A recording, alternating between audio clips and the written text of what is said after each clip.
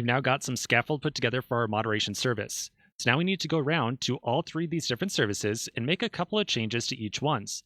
In some cases, we need to tweak an event that already exists, and in some cases, we need to add in a new event. We're going to go through this step by step and kind of follow the actual workflow of a user submitting a comment. So let's think about what happens when a user submits a comment. Remember, right now, we persist a new comment inside of our comment service. At present, we are just storing that comment's ID and content. But we probably also want to store that comment's status as well, whether it is pending moderation, approved, or rejected. So as soon as a user submits a comment, we need to make sure that we store, in addition to everything else, a status of pending to say this comment is still awaiting moderation. Let's open up our code editor right now. We're going to find our comment service and make that change right away. So I'm going to go back over to my editor. I'll find my comment service. Inside there is my index.js file. I'll then go down to where we create a new comment inside this post request handler right here. So let's read through this code really quickly and just get a quick reminder of what's going on. We generate the random ID. We get the content of the comment. We then get the list of comments that already exist that is associated with the given post. And then right here is where we create the actual comment itself. So this object, that is the comment.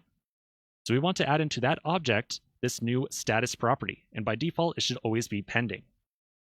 So inside that object, I'll add in a new property of pending, or excuse me, status. That's better. Of pending, like so. Okay, so that's step one. Let's go back over to our diagram and figure out what to do next. So step number 2, remember, whenever we create a new comment, we then immediately emit a new event. And that event is the comment created event.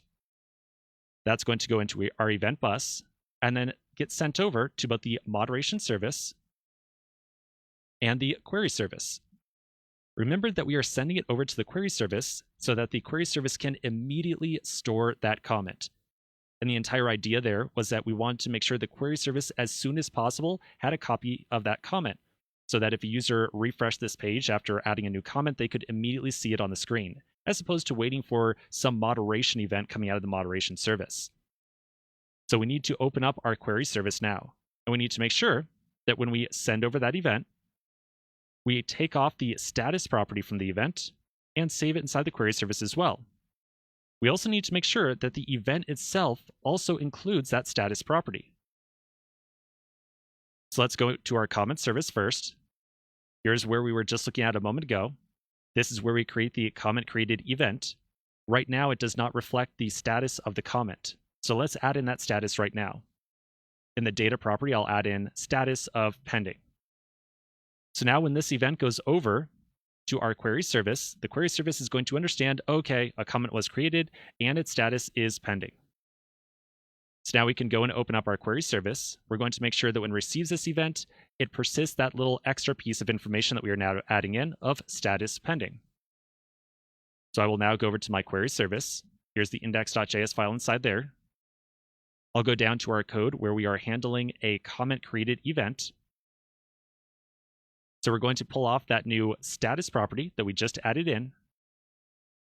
And we'll make sure that when we add in this comment to our array of comments, we also persist the status flag as well, like so. Okay, so that looks good. All right, so that gets us up to this point in time. So now the next thing we need to do is make sure that we also handle this comment creation inside the moderation service. Remember that the entire goal here is to actually look at that content property inside that event and see if it has the word orange or not. If it has the word orange, then we're going to emit comment moderated with a status of rejected. Otherwise, we'll emit comment moderated with a status of approved. Let's take a quick pause right here, however, and then continue with the moderation service in just a moment.